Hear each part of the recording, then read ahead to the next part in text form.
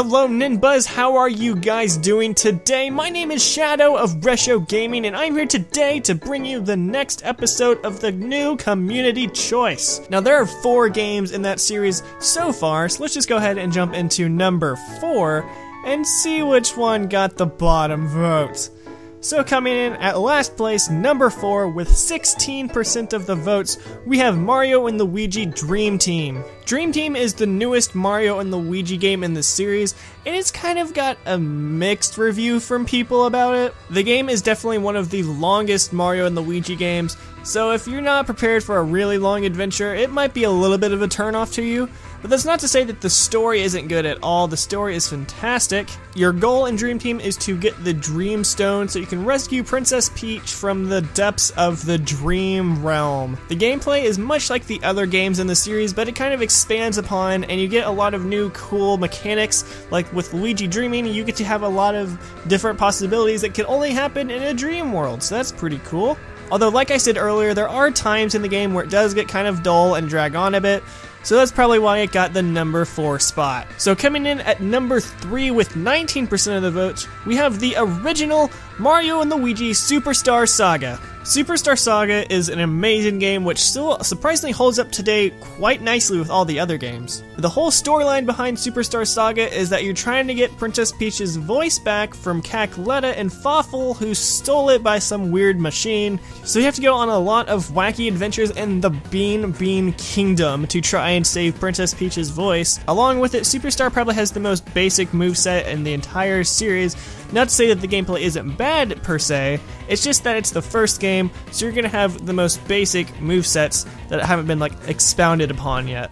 I will say though, if you have not played a Mario and Luigi game yet, this is probably one of the best ones to start with, because it's probably one of the easiest in my opinion. Alright, moving on to the number 2 spot, coming in at 23% of the votes, we have Mario and Luigi Partners in Time.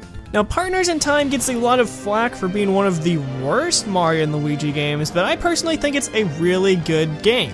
The whole storyline of the game is that the Shroobs come from a distant planet and are trying to infect everyone in the Mushroom Kingdom, turning them all into Shroob-like zombies, and overall just trying to take over the world. But what's really cool about Partners in Time is that you actually get to go back in time and team up with the baby versions of Mario and Luigi. It makes for some really interesting gameplay because instead of just using the A and B buttons, you actually get to use the A, B, X, and Y button for all 4 of the characters. It definitely makes the gameplay a little bit harder to master, but I personally thought it was the most fun gameplay in the series just because it was cool to implement all 4 of the characters in different attacks. Now don't get me wrong, the story isn't amazing, but it's still entertaining enough to be a solid Mario and Luigi game, and I think it's definitely deserving of the number 2 spot, despite everyone else's opinions. Alright, and finally, if you have not guessed it already, coming in at the number 1 spot with 42% of the votes, we have Bowser's Inside Story. Now this is by far one of the best Mario and Luigi games to date. Bowser's Inside Story was a hysterical adventure of amazingness. You actually got to play as Bowser for most of the adventure, and you actually got to see a lot more of a personality from Bowser, unlike other games where he's just trying to beat Mario up in the face and growl a lot. So that was definitely a nice change of pace just to see his character come out in full bloom. And then of course Mario and Luigi are stuck inside Bowser, hence Bowser's Inside Story, and they're trying to get out of Bowser for most of the game, while Bowser is trying to stop Fawful, who has taken over most of the Mushroom Kingdom. And Fawful also makes the game so much better. Fawful is an amazing character and he is super hysterical, so having him and Bowser go hand in hand make for a really good combination. They definitely did an amazing job with this game, and I really hope they do a great job with Mario and Luigi Paper Jam, because that would just make all my dreams come true. Alrighty, those are your top 4 Mario and Luigi games. So let's just go ahead and move on to next week's question. I haven't talked a lot about this series and I don't know why, so I'm going to go ahead and jump back into this for a couple episodes. So what I want to know from you guys is, who is your favorite Pokemon rival?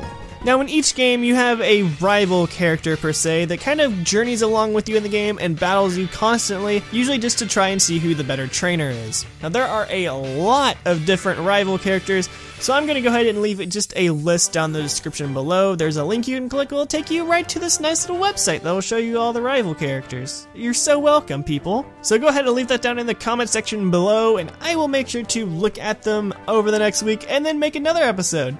And then I'll go over it in that episode, and then make another question in that next episode. And then the cycle will continue. Alright guys, make sure to leave a like and comment below, and also subscribe to NinBuzz if you have not already. It really helps support the show, so go ahead and do that. Also make sure to follow them on Twitter, where they post stuff from time to time and whatnot. Or if you're feeling really generous today, you can go ahead and subscribe to my personal channel at Resho Gaming. Links in the description and annotations and stuff. Or follow me on Twitter for amazing amiibo news all the time. And that's really all I have to say today. So until next week, people, stay beautiful, and I will see all of you in next week's episode.